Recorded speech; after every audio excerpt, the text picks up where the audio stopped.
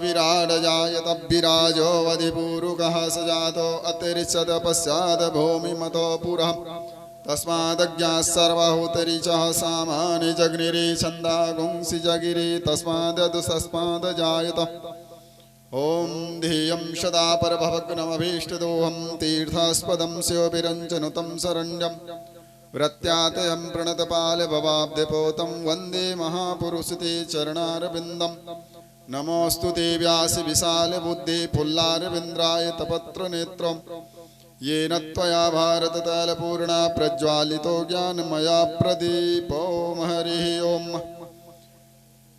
कृष्णाय वासुदेवाय हरये परमात्मने प्रणतक्लेशनाशाय गोविन्दाय नमो नमः। कर्पूरातिक्यम् हस्तो प्रक्षाल्य हाथ लीजिए। ओम आचम्य ओम केशवाय नमः माधवाय नमः नारायणाय नमः गोविंदाय वासुदेवाय नमः। ऋषिकेश हस्तो प्रक्षाल्य ओम अपवित्रः पवित्रो वा शर्वावस्थां गतोऽपि वहाया स्मरेत् पुण्डरीकाक्षं शवायाभ्यन्तरः शुचिः पवित्रो वैष्णव्यो सपित्रोः पुष्युत्पन्नामि छद्रेण पवित्रेण सूर्यस्य रश्मि तस्य ते पवित्रपदे पवित्रपूतस्कामां पुनेतक्षिकीयम्मा वंशी विभूषितकरान् नवनीरदाभात् पीताम्बराधरणबिम्बफलाधरोष्टात् पूर्णेन्दुसुन्दरमुखादरविन्द्रनेत्रात् कृष्णात् परं किमपि तत्त्वमहं न जाने। ॐ भागवत महापुराणाय नमः। ध्यानं समर्पयामि।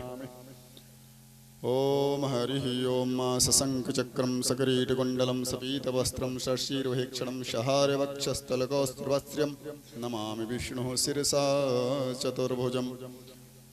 ओम गन्धक्षतान् समर्पयामि। गन्धद्वारां दुरादर्शां नित्यपुष्टां करिष्णमीश्वरीं सर्वभूतानां तामिहोपविस्त्रियं। भागवत महापुराणाय नमः। नमोऽस्तु ते व्यास विशालबुद्धि पुल्लारविन्द्राय तपत्रनेत्र येन त्वया भारततैलपूर्णा प्रज्वालितो ज्ञानमया प्रदीपो। ॐ ध्येयं सदा परभवग्नमभीष्टदोहं तीर्थास्पदं स्योभिरञ्जनुतं शरण्यं व्रत्यात्यहं प्रणतपालभवाब्धिपोतं वन्दे महापुरुषते चरणारविन्दम्। ॐ श्रीमद्भागवत महापुराणाय नमः। कर्पूरार्तिक्यम् आरती। आरतियति पावन पुराण की आरतियति पावन पुराण की धर्म भक्ति बीजान खान की धर्म भक्ति बीजान खान की आरतियति पावन पुराण की।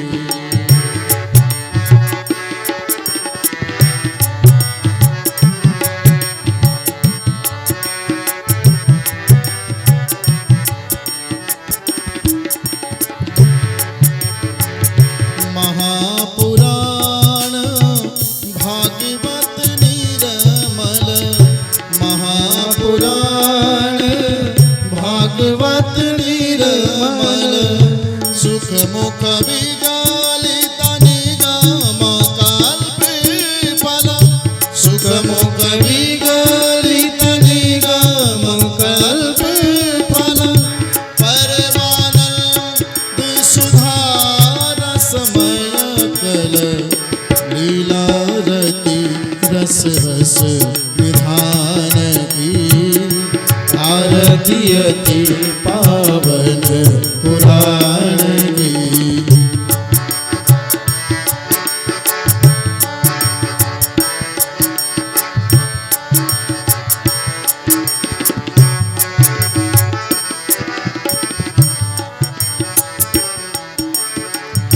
कलिमल मथनी त्रिताप निवारण कलिमल मथनी त्रिताप निवारण जन्म मृत्यु भव भयहारण जन्म मृत्युमय भव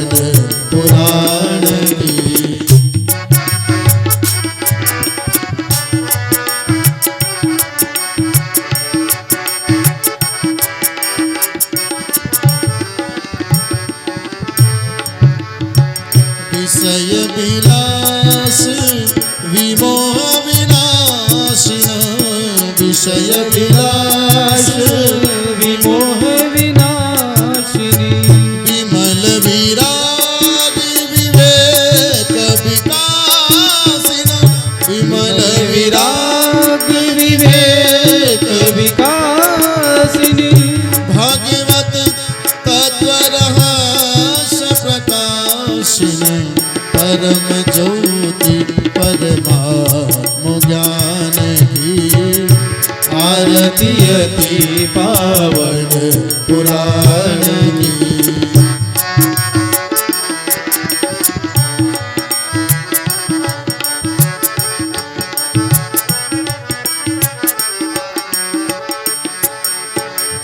परमहंस मुनि मन उल्लासिन परमहंस मुनि मन उल्लासिनी रसिक हृदय रस रास विलासिन रसिक हृदय रस रास विलासिनी भुक्ति मोक्ति रति प्रेम सुदासिन कथा अकिंचन प्रिय सुजान की आरती अति पावन पुराण की धर्म भक्ति विज्ञान खान की आरती अति पावन पुराण की धर्म भक्ति विज्ञान खान की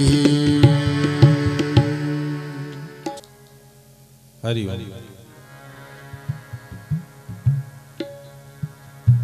श्री राधे गोपाल भज मन श्री राधे श्री राधे गोपाल भज मन श्री राधे श्री राधे गोपाल भज मन श्री राधे श्री राधे गोपाल भज मन श्री राधे राधे श्री राधे गोपाल भज मन श्री राधे राधे श्री राधे गोपाल भज मन श्री राधे राधे श्री राधे गोपाल भज मन श्री राधे राधे श्री राधे गोपाल भज मन श्री राधे श्री राधे जय राधे श्री राधे राधे राधे श्री राधे जय राधे राधे श्री राधे जय राधे राधे श्री राधे गोपाल भज मन श्री राधे राधे श्री राधे गोपाल भज मन श्री राधे राधे श्री राधे गोपाल भज मन श्री राधे राधे श्री राधे गोपाल भज मन श्री राधे राधे भज मन श्री राधे भज मन श्री राधे भज मन श्री राधे भज मन श्री राधे लो सच्चिदानंद भगवान की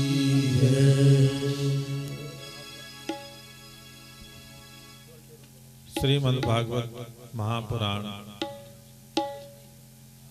सप्ताह ज्ञान यज्ञ। आज तृतीय दिवस श्री रुद्र महायज्ञ एवं श्रीमद् भागवत महापुराण की पावन कथा श्री समाधि बाबा धाम प्रांगण में आप सभी भक्तों का स्वागतम, आए हुए सभी श्रद्धालु गणों का स्वागत। कथा में प्रवेश करें हम। और आपने कल श्रवण किया था कि श्रीमद् भागवत महापुराण की कथा को सुनने से क्या लाभ मिलता है, क्यों बार बार सुनना चाहिए। क्योंकि जहां लाभ होता है वहां बार बार जाना चाहिए। जैसे श्री गंगा जी का स्नान करने से पुण्य मिलता है, पुण्य लाभ मिलता है, तो श्री गंगा जी बार बार जाना चाहिए। स्नान करने की एक बार जाना चाहिए, है ना। श्री गंगा जी के दर्शन और श्री गंगा जी का स्नान बार बार करना चाहिए, क्योंकि जब जब भी जाएंगे तभी तभी उनका पुण्य लाभ हमें प्राप्त होगा। ऐसे ही जो श्रीमद् भागवत महापुराण की कथा को श्रवण करते हैं उनको क्या लाभ मिलता है। कहते हैं उनकी भक्ति, ज्ञान और वैराग्य को बल प्राप्त होता है, ताकत मिलती है, बलवान बनते हैं। जितनी बार कथा सुनोगे उतनी बार आपकी भक्ति क्या होगी, और बढ़ती जाएगी, माने प्लस होता जाएगा। और जैसे सुनना बंद कर दोगे तो माइनस में होने लगे। आप देखना, एक हफ्ता आप लगातार आओगे तो आपकी भक्ति प्लस होती चली जाएगी, बढ़ती चली जाएगी। और 7वें दिन तक तो आपको ऐसा लगेगा कि संसार में रखा क्या है। भगवान की भक्ति में, भगवान के नाम में, भगवान की कथा में ही सब कुछ है, आनंद है। आपको ऐसा एहसास होता है। और कथा सुनते सुनते ज्ञान भी बढ़ता है, फिर वैराग्य भी बढ़ता है। तो 90% लोगों का वैराग्य ज्ञान यहाँ तक बढ़ जाता है कि वो सब कुछ छोड़ने को भी तैयार हो जाते हैं। नहीं, कथा सुनते सुनते लगता है कि कहाँ हम फंसे पड़े हैं संसार में, चलो छोड़ो, स्वामी जी के साथ ही चलो तो अच्छा ही है। और जैसे कथा समाप्त हो जाएगी, भंडारा हो जाएगा, और जहाँ आना जाना कम हो गया तो भक्ति भी फिर माइनस में चलने लगती है। फिर लगता है यही सब कुछ ठीक है। ये संग का और कथा का प्रभाव होता है। हम जब बचपन में कथा सुनने के लिए जाया करते थे तो कई बार जो है ना, मुझे तो ये लगा करता था। एक बार मैं अपने पिताजी के साथ में एक ग्राम में यज्ञ हो रही थी, और बैलगाड़ी में तब यात्रा होती थी। तो हम पिताजी हमको साथ में लेके गए बैलगाड़ी में। 5 किलोमीटर 6 किलोमीटर ऐसे कुछ दूर था, 6-7 किलोमीटर। बहुत बड़ी यज्ञ थी। 18 पुराण बांचने वाले शास्त्री, 18 अलग अलग उनके कैंप बने हुए थे, और 18 पुराणों के पढ़ने वाले वक्ता जो था ना, वो अलग अलग जो है ना पुराण का नाम भी लिखा था और उनका पाठ हो रहा था। तो उनके दर्शन करते हुए गए, यज्ञ के दर्शन किए, फिर सम्मेलन में बैठे, कथा चल, काफी भीड़ थी। तो उस भीड़ में हमने क्या किया कि पिताजी से छुप करके भीड़ में जाके बैठ गए, और इसलिए भीड़ में बैठे कि पिताजी हमें ढूंढते ढूंढते थक जाएंगे और छोड़ के हमको यहीं चले जाएंगे, तो ये घर चले जाएंगे, हम अपना यहीं कथा में ही रहेंगे, यहीं खाएंगे पिएंगे और अपना कथा सुनते रहेंगे। तब थोड़ा बचपना ज्यादा था, पर ऐसा तो होता नहीं भाई, जो लेके आए हैं वो तो ढूंढ के ले ही जाएंगे। पर हम जानबूझ करके कथा सुनने के लिए चुपके से बैठ गए थे कि छोड़ जाएं तो रात में रामलीला भी देखेंगे और सुबह फिर कथा में सुन, मैंने ऐसी लगन थी। और जब जब भी कथा सुनते थे तो लगता था कि कुछ नहीं रखा संसार में, चलो इन महात्माओं के साथ में ही लग जाओ, इस दुनिया का सारा सुख इन्हीं के पास में है।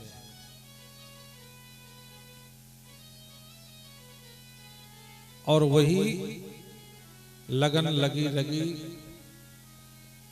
आपको पहले भी मैंने बताया कि पढ़ते पढ़ते ही किराया के लिए उस समय, क्योंकि संस्कृत विद्यालय में पढ़ते थे तो पहले भी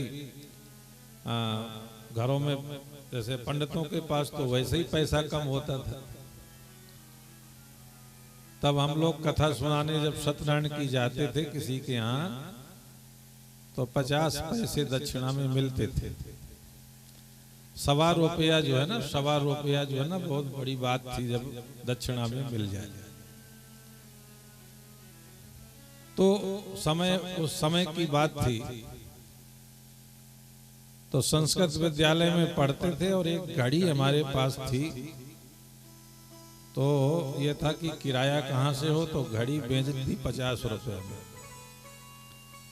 और वहीं से विद्यालय से ही 50 रुपया मिले और सीधा हरिद्वार पहुंच गए।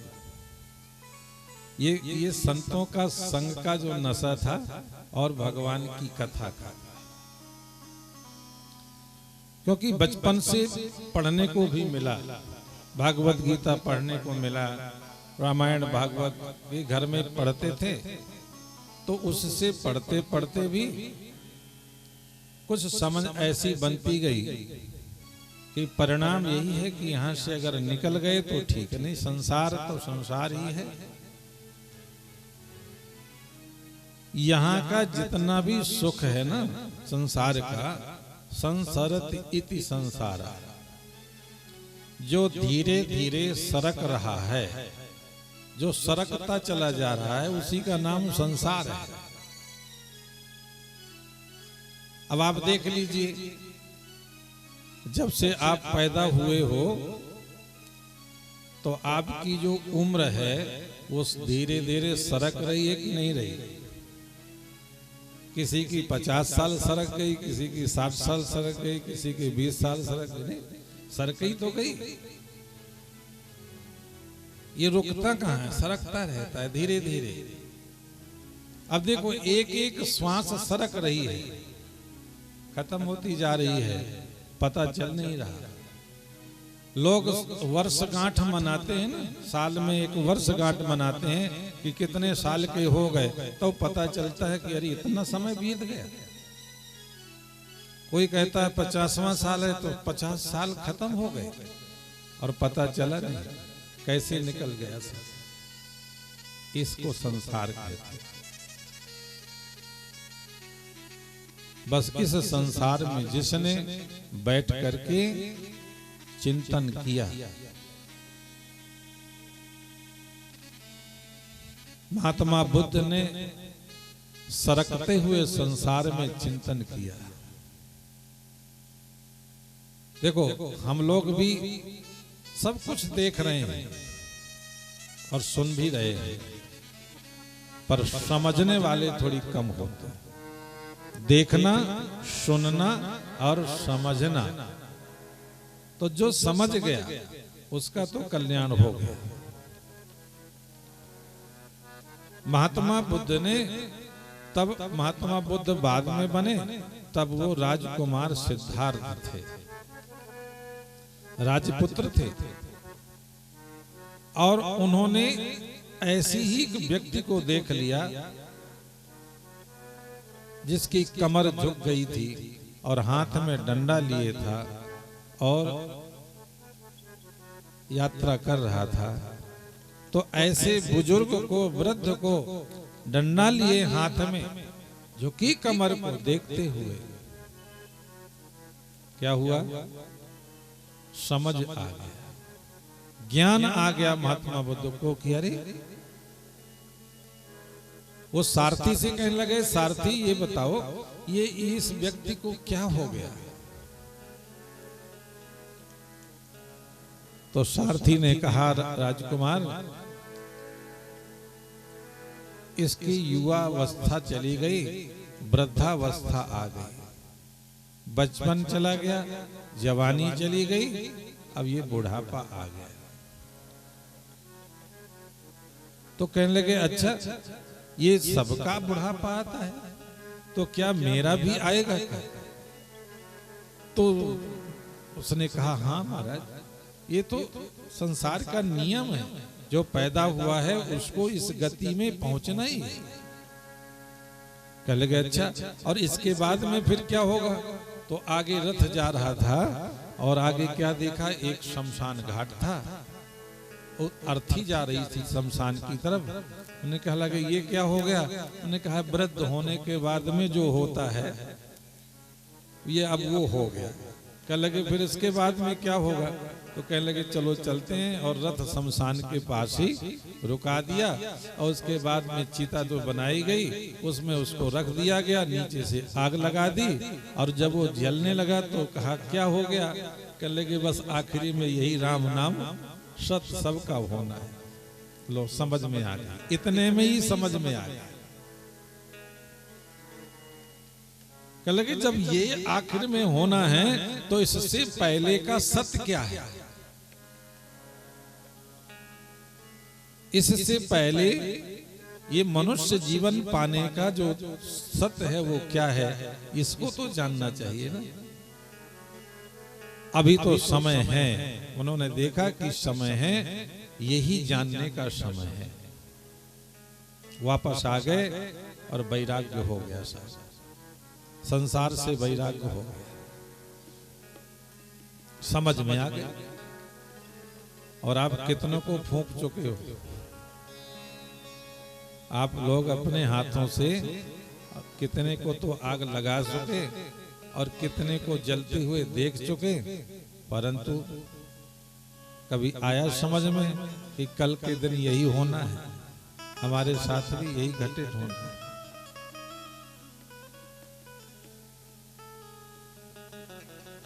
एक संत, एक भक्त बैठे थे साधना में, पेड़ के नीचे बैठे थे, और उस पेड़ का पत्ता सूख करके, जैसे पक जाता है कई बार पत्ता, बरगद का पत्ता, बरगद के नीचे बैठे और वो पत्ता पक गया और पक करके गिर गया, और गिरा तो ऊपर ही गिरा। जैसे ऊपर पत्ता गिरा, एकदम से ध्यान आया, ये क्या हुआ? तो देखा पत्ता डाल से छूट गया, क्योंकि पक गया। बस इतना ही देखा था, इतने में ही वैराग्य घटित हो गया कि आखिर एक दिन ये सब कुछ छूट जाना है, एक दिन ये शरीर भी इसी तरह से छूट जाएगा। बस वैराग्य हो गया। किसको कब वैराग्य हो जाए?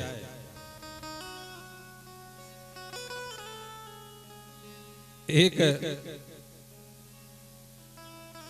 सुबह सुबह 4 बजे एक लाला जी का नियम था कि सैर करने जाया करते थे सुबह सुबह। आते जाते बहुत दिन हो गए, पर एक दिन अचानक घटना घटी कि एक माँ अपने बच्चे को सुबह सुबह जगा रही थी। सो रहा था बच्चा और माँ ने जगाया, बाबू जागो, बाबू जागो। और उनकी दृष्टि पड़ गई और आवाज आ गई, कान में आवाज पड़ी। वो माँ कह रही बाबू जागो। बस कान में आवाज पड़ी ही थी कि जागो, और बस जाग गए। किस तरह से जाग गए? फिर लौट के वापस नहीं आए। कहाँ? घर वापस नहीं आए, जाग गए, सीधा बन चले गए। ये है जागना। छूट गया संसार। एक बार ही कान में पड़ी आवाज, जागो। और हमारे शास्त्र भी यही कहते हैं, उत्तिष्ठ जागृत, उठ करके जागो, उठ करके जागो। वैसे संसार में नियम यह है कि पहले जागते हैं फिर उठते हैं, नहीं? पहले जागोगे तभी तो उठोगे। पर शास्त्र क्या कहते हैं? उत्तिष्ठ, उठते तो हो ही सुबह, पर कैसे उठते हो? बेहोश होकर। सुबह से बेहोशी है काम की, ये करना है वो करना है, माया मोह लोभ में जागे तो हैं, उठे तो हैं, परंतु इतने महाराज संकल्प बने हुए हैं उठते उठते कि उसी संसार में ही खोए पड़े रहते हैं। पर कोई जागे। वो कहते उठो और जागो। जागने का मतलब क्या है? कि जाओ भगवान की शरण में। जागना उसे कहते हैं कि उठ करके एक बार भगवान के शरण में तो जाओ, तभी तो जागोगे। पर जैसे ही उठे और संसार में गए, प्रातः काल उठ कर रघुनाथा, मात पिता गुरु नावई माथा। प्रातः काल उठ कर रघुनाथा, मात पिता गुरु नावई माथा। प्रातः काल उठ कर रघुनाथा, मात पिता गुरु नावई माथा। देखिए, आप भी उठते हो और भगवान राम भी उठते हैं, पर उठ करके कहाँ जाते हैं? अपनी माँ के पास जाते हैं, पिता के पास जाते हैं, क्योंकि माँ पहली गुरु है। हमारी जो गुरु है ना, प्रथम गुरु हमारी माँ है, दूसरे गुरु हमारे पिता हैं, और तीसरे गुरु हमारे सदगुरु, जिनसे हम ज्ञान दीक्षा लेते हैं। 3 गुरु हैं विशेष रूप से। बाकी तो बहुत गुरु होते हैं, क्योंकि हम बिना गुरुओं के सीखते ही क्या है? हम जो भी सीखते हैं वो हमारे गुरु ही होते हैं। परंतु 3 गुरु प्रमुख हैं। मातृदेवो भव, पितृदेवो भव, आचार्य देवो भव। इनको 3 को देवता कहा गया है। गुरु भी हैं और ये देव भी है। और देव उसे कहते हैं जो देता है, लेता नहीं है। देव हमेशा देता ही है। माँ हमेशा हमको देती ही रहती है। बच्चे को लेती क्या है? देती ही रहती। पिता जो है ना, जीवन भर कमाते हैं और देते ही तो हैं। पुत्र को देके ही तो जाते हैं। और गुरु तपस्या करते हैं, और तपस्या करते करते शिष्य को देते ही तो हैं। आशीर्वाद देते हैं, ज्ञान देते हैं। माँ आशीर्वाद देती है, पिता आशीर्वाद देते हैं, ज्ञान देते हैं। तो ये देव, इसलिए इनको देव कहा गया है।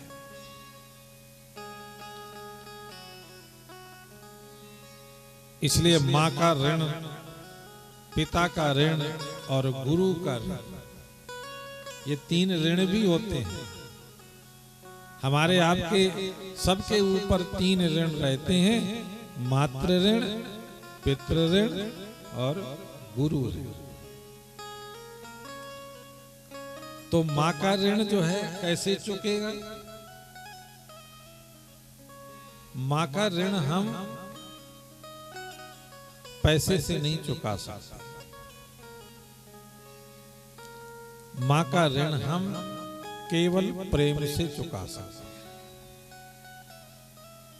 माँ का ऋण तब चुक जाएगा जब हम माँ से इतना प्रेम करें कि जो माँ कहे बस उसकी आज्ञा का पालन करते जाएं, उनकी सेवा करते जाएं, तो माँ एक दिन खुद कहेगी कि मैंने तुझे अपने ऋण से मुक्त कर दिया। वैसे अगर होना चाहे तो होंगे नहीं वो ऋण, पर माँ खुद ही प्रसन्न होकर के ऋण से मुक्त कर देते। पिता भी पुत्र को अपने ऋण से मुक्त कर देते, और वो करते तो सेवा से ही है।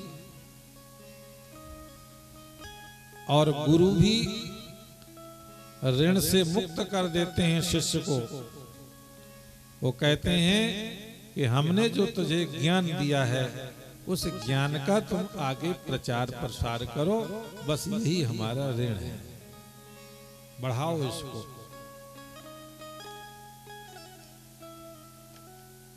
इसीलिए जागने के लिए संकेत दिया जाता है कि जागो भाई, जाग करके गुरु शरण में जाओ, माँ की शरण में जाओ, पिता की शरण में